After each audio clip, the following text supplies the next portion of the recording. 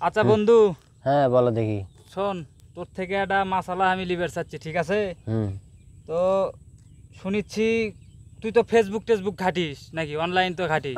ঘাটি Facebook YouTube দেখি তো মাঝে আচ্ছা, মাঝে। তাহলে তো চোখত পড়ার কথা, এই যে আবেদ আলী না জাবেদ আলী কে জানো এটা, হুম তো হুম। এই তো কি কাম করছে তুই তো শুনছু নাকি?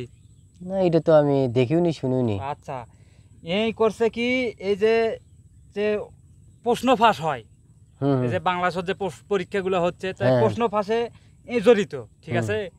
তো এর কাছে সাক্ষাৎকার লিবের গেছে যে এই হচ্ছে যে এই যে তুমি যে প্রশ্ন ফাঁস করে যে টাকাগুলো কামাই করিচ্ছ, এই হুম। টাকাগুলো মানে কি করো?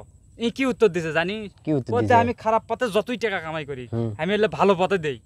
তাই এটা এই মশালাটা তোর থেকে আমি মানে শুনতে চাচ্ছি।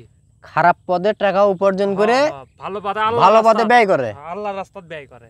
তো এটা কি তো এটা কোনো যুক্তিসম্মত হলো? এটা তো এটা মানে যে ওই যে কামাই করতেছে মানে হ্যাঁ, ইনকামটা করতেছে, হ্যাঁ, হ্যাঁ, খারাপ পথ থেকে ইনকাম করেছে ভালো পথে দিচ্ছে। আচ্ছা সেটাই তো করছে। খারাপ পথে মানে খারাপ পথ থেকে ইনকাম করতেছে, এটা কিন্তু পাপের মধ্যে পড়ে যাচ্ছে। হ্যাঁ, কিন্তু ওটা যদি ভালো পথে দেয় আচ্ছা, ওর কোনো ফায়দা আসবি না, ও কিন্তু সবের আশায় দিচ্ছে, এই সব কোনো আসবি না। আসবিলাই, না।